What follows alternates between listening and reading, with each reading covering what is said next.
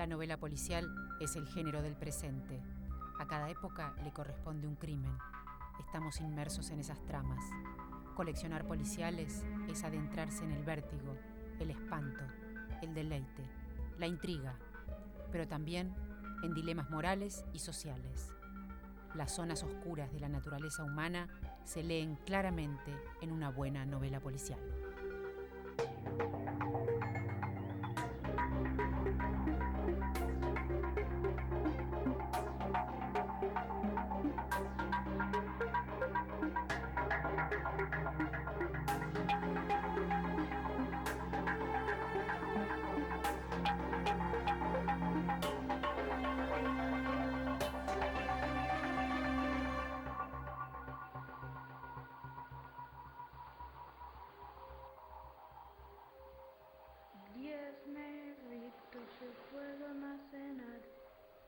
Se atragantó, ya solo quedan 9. 4 negritos pescaban en el mar, cebos se tragaron, ya solo quedan 3. 2 negritos en una discusión, tanto discutieron que solo uno quedó. Un negrito tan solo.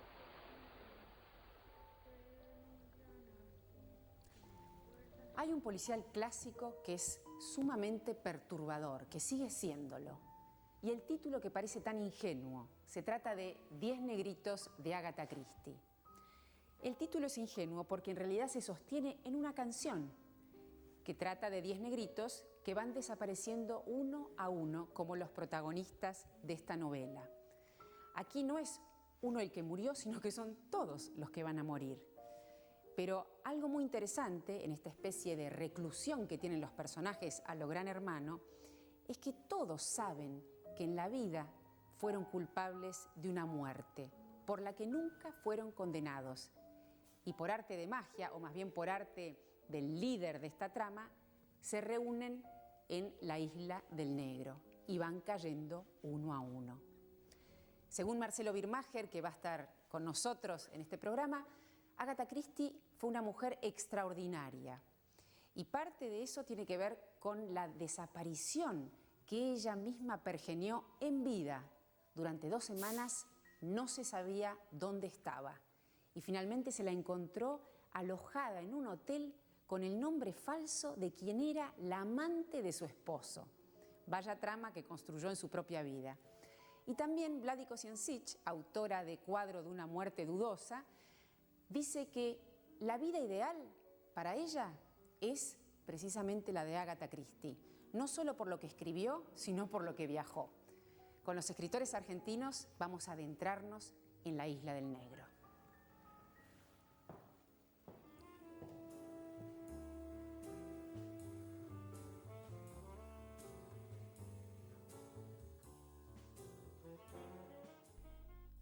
Agatha Mary Clarissa Miller Christie Malowan nació el 15 de septiembre de 1890 en Devon, Inglaterra, más conocida como Agatha Christie. Durante la Primera Guerra Mundial trabajó en el dispensario de un hospital. Allí aprendió que el remedio, en distintas dosis, puede convertirse en veneno. Un primer matrimonio nada feliz la dispuso para el misterio. El 3 de diciembre de 1926 desapareció durante más de 10 días y provocó gran alarma en la prensa.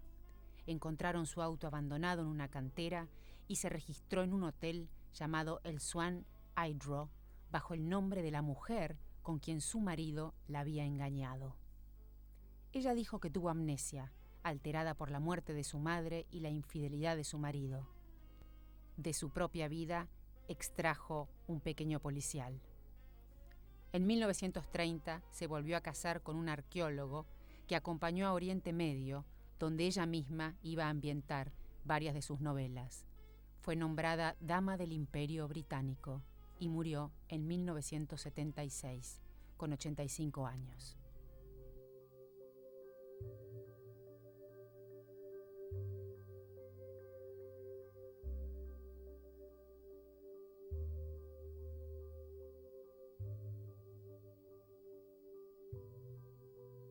¿Cómo te imaginas esa isla de los negros? La imagino como una sola roca. Más o menos como la quiso describir Agatha Christie, inaccesible, salvo por el puerto donde no va a llegar el barco que todos quieren que los rescate. ¿Y cómo llegaste vos a esa isla, digamos, leyéndola? ¿Cómo llegaste a Agatha Christie, que es además una autora con quien tenés una particular familiaridad, ¿no? Tengo mucha familiaridad porque nos hemos encontrado muchas veces a lo largo de años, Agatha Christie y yo.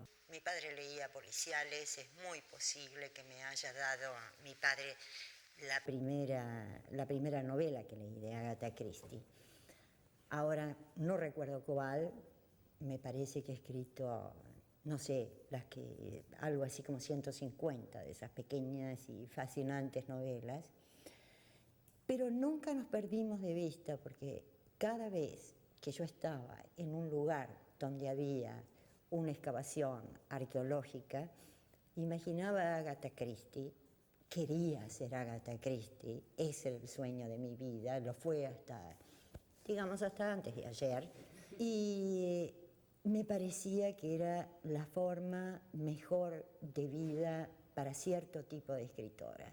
Estuvo casada con el coronel Christie, un matrimonio que terminó en lo que parece ser la trama de uno de sus libros, cuando desapareció, creo que algo así como 2 semanas, la buscó la policía, y la buscó la policía porque ella dejó una carta, esa carta ha desaparecido, diciendo que su marido quería matarla.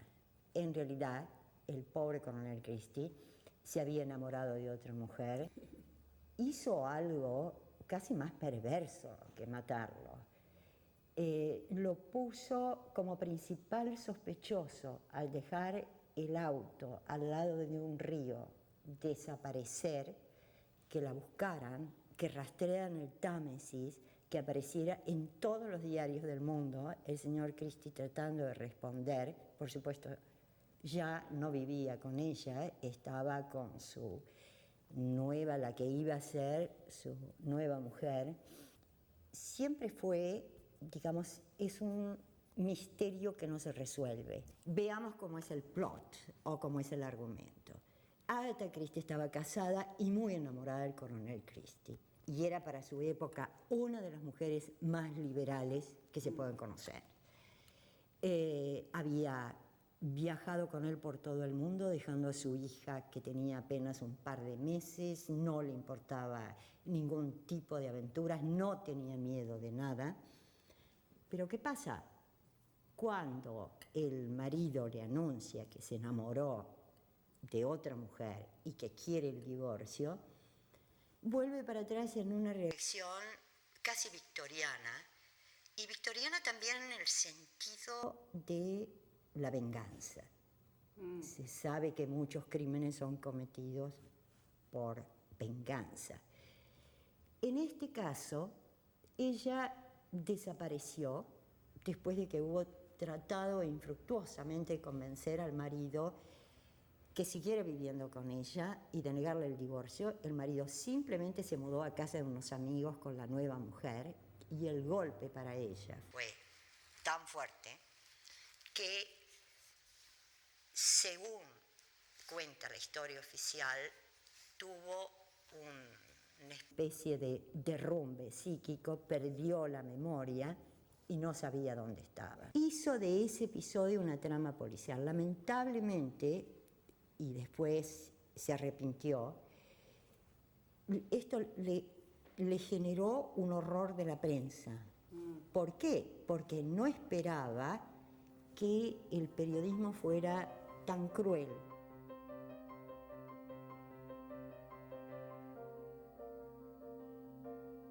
Diez negritos es una novela clásica de Agatha Christie y extrañamente no tiene de protagonista a ninguno de sus 2 detectives célebres, ni el meticuloso Hercule Poirot, ni la simpática viejita Miss Marple. Como en varias de sus tramas, el asesino se encubre en un grupo y la sospecha va alternando de victimario. Por lo general se reúnen en algún espacio cerrado o circunscripto, ya sea en un tren, un barco o una isla. En este caso es la isla del negro. Al mejor estilo de una trama macabra, una vez reunidos en la cena, una grabación los acusa a cada uno de ellos de un crimen. No tanto por haberlo cometido, sino por haberlo provocado e incluso deseado. Lo acusatorio se torna venganza. Mueren uno a uno, siguiendo las ingeniosas instrucciones de una canción de cuna, La Isla de los Negros.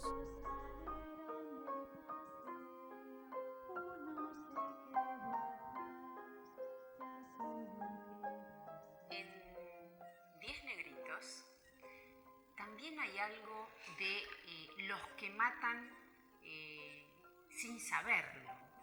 Porque en realidad todos estos personajes que están reunidos en esta isla fueron supuestamente asesinos, pero a veces uno mata y no sabe que ha matado.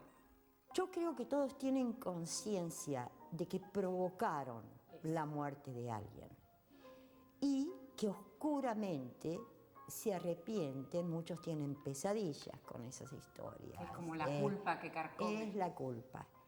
Lo que es extraordinario de la tensión que genera esos 10 personajes que van a ser 10 víctimas, aunque se sabe que van a morir, porque está la canción de cuna que va anunciando que luego no queda ninguno. Si no fuera tan bueno, digamos, lo que está escrito, es un recurso un poco infantil, porque uno se pregunta por qué cada vez que desaparece uno de los negritos de porcelana, los aterrados huéspedes de la casa y de la isla del negro no van a leer el texto de la canción de cuna que está enmarcado en un cuadro en cada una de las habitaciones. Pero a pesar de eso, y en esto consiste el genio de Agatha Christie, no solamente en este libro, sino en todas las novelas, es cómo hace algo que en una novela policial es uno de los recursos más difíciles. Conseguir la verosimilitud de la sospecha. Es muy difícil convertir a un personaje en sospechoso sin hacer un trabajo interno en el personaje. No se puede decir que es por algo que haya dicho, porque nadie lo va a creer. No puede convertirse en un sospechoso porque no se ve ni nadie sabe dónde está. El trabajo del autor de policiales es mucho más complicado. Hay que hacer que la sospecha sea verosímil. Y lo que sostiene la atención en este libro, y después obra de teatro, no es, digamos, el desenlace intelectual que es ingenioso, sino que uno cree realmente en que esas personas que están ahí son sospechosas, porque trabaja la ambigüedad, es una media inocencia, después de todo no provocaron una muerte, pero ¿y si uno de ellos fuera el asesino? Entonces, eso lo hace tan bien a través del diálogo, a través del carácter de cada uno. Y el hecho, digamos, de que la sospecha sea también transitoria, o sea, que vaya transitando de uno a otro. Va pasando como una especie, digamos, de moneda, mano a mano, uno tras otro, y hay algo ahí que podría parecer mecánico. ¿Por qué no parece mecánico? Por las conversaciones, por los diálogos entre todos los personajes, porque en cada uno vamos descubriendo el miedo, la cobardía, el rechazo, la acusación, porque se acusan unos a otros y sospechan unos de otros. Es decir, que toda la trama está armada sobre la sospecha y la inmensa inteligencia y talento de Agatha Christie para colocar la sospecha donde debe.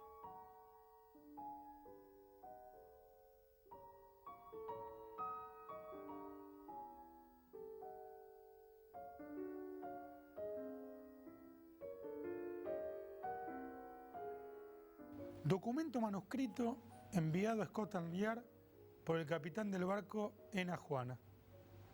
Tengo una naturaleza muy compleja y de una imaginación exuberante. Cuando era niño, me entusiasmaban las novelas de aventuras y me apasionaba por los relatos marinos en los que un documento muy importante se introducía en una botella y se la confiaba a las olas del océano. Este procedimiento conserva todavía a mis ojos su romanticismo y es por ello que hoy lo he adoptado.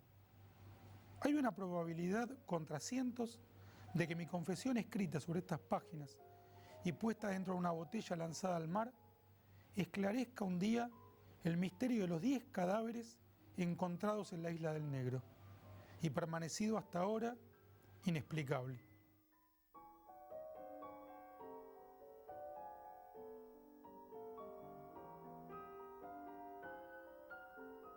Marcelo, contame cómo llegaste a la Isla del Negro. A la Isla del Negro llegué porque voy eligiendo policiales al azar. Las colecciones me atraen, por ejemplo, el Séptimo Círculo o estas de Bruguera, que son como libros en forma de revista, en donde está Marlowe, está Sherlock Holmes, y bueno, y estaban algunos de Agatha Christie, y así me sumergí por primera vez, porque había leído otros, Asesinato en el Orient Express, La muerte visita al dentista, pero es la primera vez que visitaba la Isla del Negro en la novela 10 negritos. Y digamos, ¿cómo te parece que está construida? Porque si bien hay como una técnica, también es raro lo que les pasa a ellos, digamos, los que son convocados. Hay una especie de motivo, ¿no? Una culpa que traen todos. Es una novela que incluye la perversión, el cinismo, el desenfado y el misterio que uno le podría atribuir al siglo XXI, a lo que se llama el posmodernismo, que yo no sé exactamente qué es, pero si uno siguiera los lineamientos de la falta de ideologías o la levedad, lo podría encontrar perfectamente en la novela de Agatha Christie. La recurrencia al monólogo interno y otra serie de recursos o técnicas que se le fueron asignando a distintas épocas muy posteriores en el tiempo. Es decir, que hay hechos artísticos que no es que se adelantan a su tiempo, sino que Sobrevuelan los tiempos. Sobrevuelan, y que los buscadores de novedades no se toman el trabajo de advertir que esas novedades son, como dice Maradona, del agua caliente. Ya estaba inventada hace mucho. Ahora, ¿cómo te parece que es esta cuestión que hace Agatha Christie de reunir a personajes en una especie de ámbito cerrado, a lo Gran Hermano, y empieza Perfecto. a producirse ahí toda una especie de alternancia de la culpa? Una cosa que te voy a decir la verdad, siempre pensé qué ocurriría con un asesinato dentro de Gran Hermano. Qué formidable policial se podría hacer con eso. De hecho, lo pensé como una ficción, para la tele justamente. Pero efectivamente es así. 10 negritos es no un asesinato, sino 10 asesinatos dentro de Gran Hermano. Y en realidad es el exacto opuesto de otra novela de Agatha Christie, que es Asesinato en el Orient Express. Es simétricamente opuesto, porque en Orient Express es Fuente Ovejuna. Son varios personajes que se complotan para matar a uno en un tren, también en un ámbito cerrado, en la oscuridad, de modo que, se repita lo de Fuente Ovejuna: todos lo matamos, nadie lo mató. Claro. Lo mató Fuente Ovejuna. Y al que matan, los inocentes, víctimas o parientes de las víctimas, matan a un culpable. Mientras que en 10 negritos, un inocente no es pariente de la víctima, sino que es a su modo un perverso que necesita matar, tiene sed de matar, sed de homicidio, pero de todos modos, previo a esto es un inocente, mata a los culpables. ¿Culpables de qué? Cada uno de distintos pecados. Unos Pero por matan... eso está más ligado a ser culpable no por haber matado, sino por haber pecado o haber tenido malos pensamientos.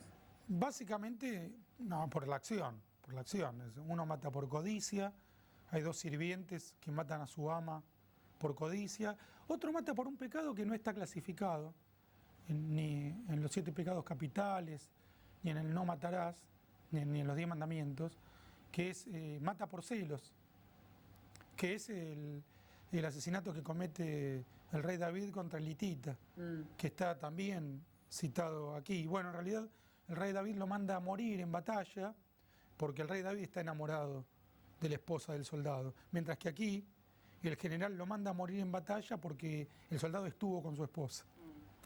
Es otro pecado, pero que igual no está clasificado. No es la lujuria, no es la codicia, no es la gula, Claro. no está clasificado, pero aquí está, lo manda a morir al soldado en batalla porque estuvo con su esposa. Lo que sí unifica a todos... Que no fueron condenados. Exactamente, no solo no fueron condenados, no son legalmente culpables. Claro, eso es. No hay manera de comprobar su culpa por los medios legales. Eso es lo que los unifica a todos. Están más allá del largo brazo de la justicia. Es como un justiciero, el Exactamente. asesino... Es que eso es lo que ocurre con los crímenes amorosos, cuando no es el homicidio, sino que una persona mata a otra por desamor o por humillación amorosa. Y esos crímenes no pueden ser condenados por la justicia. Y acá son esa clase de crímenes, Claro. pero por distintos motivos. En un caso, por amor. En otro, por falta de piedad. Una solterona que deja a su sierva embarazada, la deja fuera de la casa cuando más la necesita, por el solo motivo de que se ha portado para ella de un modo descarriado. Claro. ¿Qué pecado es ese? No está clasificado, la falta de piedad. Y sin embargo, la mató. Bueno, eso es lo interesante en Agatha Christie y en esta novela en particular, que juega con lo no clasificable. Exactamente. Quizás es clasificable dentro del género policial, pero no dentro del alma humana. No está atendido por los códigos más comunes o los más conocidos. No. Salvo el de la codicia, la mayoría de los pecados que transitan por ahí escapan a nuestras clasificaciones. Yo te diría que sí, que uno lo puede leer, únicamente lo puede clasificar con la imprecisión del espíritu. Lo siento, pero no lo puedo definir. Claro. Lo entiendo, pero no lo puedo explicar.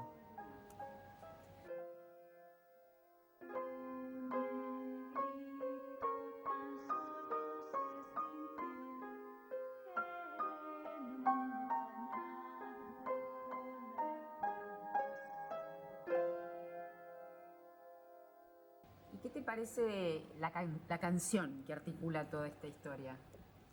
Un recurso, digamos, sencillo, paródico, burlón. Yo creo primero que lo que escribí el otro día en una columna humorística para Clarín, referido al chupetín pirulín, que las cosas peligrosas, pegajosas e inútiles nunca pasan de moda. Y eso me parece con esa canción. Es una canción tonta, Claro. incluso desagradable, pero que una vez que la escuchás, y seguramente si escuchás la melodía no se te iría nunca de la cabeza. Y va matando a sus oyentes, Claro. que es el efecto que tienen esas cosas que no podemos olvidar. Es como la gota quebrada de la piedra. Me parece que está perfectamente utilizada la canción. Claro, va horadando la memoria. Sí, y que incluso el forzamiento que hace Agatha Christie, la autora, para que cada verso de la canción coincida en que cómo se mata a cada uno de los personajes, aunque pueda parecer, con perdón de la repetición, forzado justamente, tiene el mérito de que mata con la canción pegajosa, repetitiva, que se te queda en la cabeza, se te queda en la memoria, mucho más que otras muchas mejores. Los invitados a la Isla del Negro fueron el joven Anthony Marston, el matrimonio de criados Rogers, la señora Emily Brent, el general MacArthur, el juez Lawrence Backgrave, el doctor Armstrong, el detective William Bloor, el aventurero Philip Lombard y la joven Vera Claythorne. Cada uno de ellos será acusado, se sentirá culpable y hallará su propia muerte. Matar para morir, parece decirnos Agatha Christie, en esta especie de trama bien construida, pero que al mismo tiempo nos hace temblar viendo cómo van cayendo cada uno de los invitados a la Isla del Negro. Vladi Kosiancic y Marcelo Birmagen supieron contarnos la historia como ellos la leyeron. Nos toca a nosotros seguir viviéndola.